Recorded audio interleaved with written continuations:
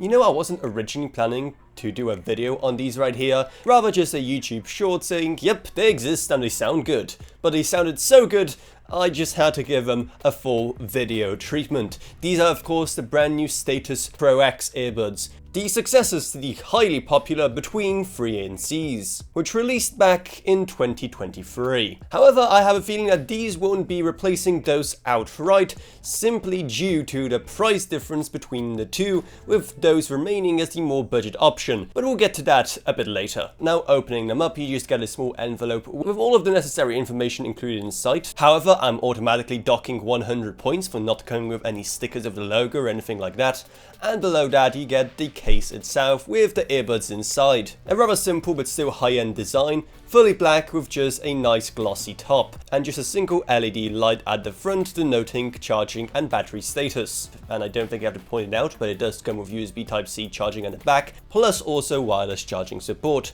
Opening it up on the strong hinge, you get the two earbuds peeking out from inside. There you only get the sync button and a QR code, which I hoped was going to unlock some secret Easter egg or something, but nope, it's just a serial number. Taking them out, you soon see that they have a pretty interesting shape if you're not familiar with Status earbuds. Yep, they are pretty large and one could say obnoxious compared to the shape many earbuds have. Aesthetically, pretty much the only thing that differentiates them from the 3NCs is the fact that the silver section at the bottom is cut off at an angle now. So while they can look pretty weird at first, you'll quickly get used to them and they don't look too off once in your ears. And of course, all that extra internal space just means more battery life. Rated up to 8 hours of playback and 24 hours in the case. Plus the larger surface area means that the touch controls are actually usable for once. Too many earbuds integrate touch controls in an area that's way too small to properly use them. So here, this is actually one of the benefits of them being slightly on the bigger side, though it also comes with a physical button at the top, which by default triggers the A and C. But even with that, they are still actually smaller than the 3NCs, around 21% overall, with the case itself being an additional 11% smaller as well. In terms of the built-in microphone, this is what it's pretty much going to sound like, especially when combined with its various AI speech enhancements. It is more than good enough for calls even in louder environments. But okay, that's all of the supplementary stuff, I guess you can say. The one thing that really matters about earbuds is, well, how good they sound, and for the kind of price, which again we'll talk about later, is extremely important. And well, yeah, they sound good. People in my comments section have been already saying how much they love the 3NCs, and these basically sound like that, but slightly better. They still keep the same triple speaker setup, but the dynamic driver was upgraded from 10 to 12mm. Plus, of course, another big thing that will make it sound much better is the much improved ANC and ambient modes. Perfect for the state of affairs right now, so you don't have to hear as the whole world is literally imploding.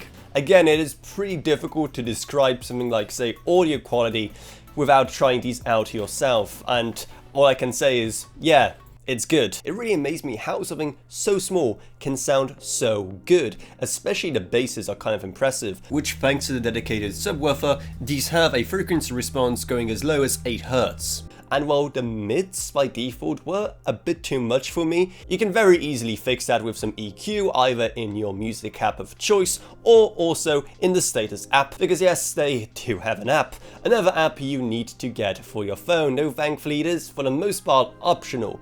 It's fairly simple to use and thankfully a lot more responsive than the creative one we tried a while back, and you get to do all the regular stuff like updating the firmware or setting your EQ profiles. The app also provides a tracking feature that allows you to find the earbuds on a map, and that's important to note given how that's pretty much the only way you'd find them. They're not part of, say, Google's Find My network or anything like that.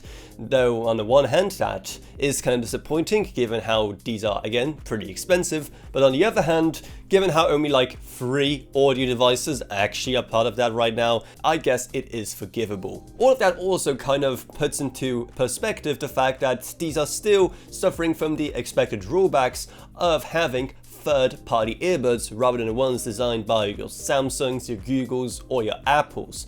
The fact that you need these external apps, the fact that they don't play quite as well with all of the features in your device. Though, don't get me wrong, I highly doubt any of those will be beating these in sound quality, which is, at the end of the day, what matters the most to most people. Well, that and the price, at which point we finally reach the elephant in the room, given how these will cost you $250, which is $100 more than the free ANCs. And I don't think I have to state the obvious with the fact that spending $250 on just some really good earbuds may not be worth it to a lot of people. Now, I'm not saying that they are overpriced. Status have done all they could really to justify that price. The sound quality is fantastic, and I have no real qualms when it comes to things like the ANC, the build quality, the case, or the software. For those that just want the best possible audio quality, like I said, I don't think I've ever used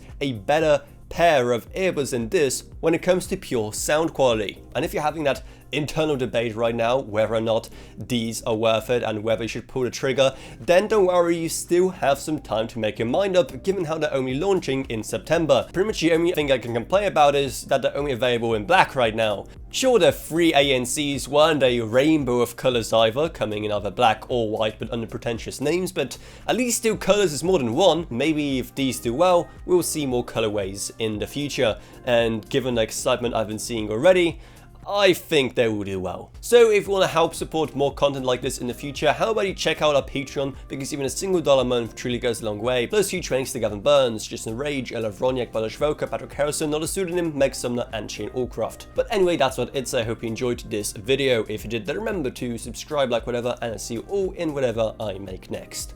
Goodbye everyone. Goodbye.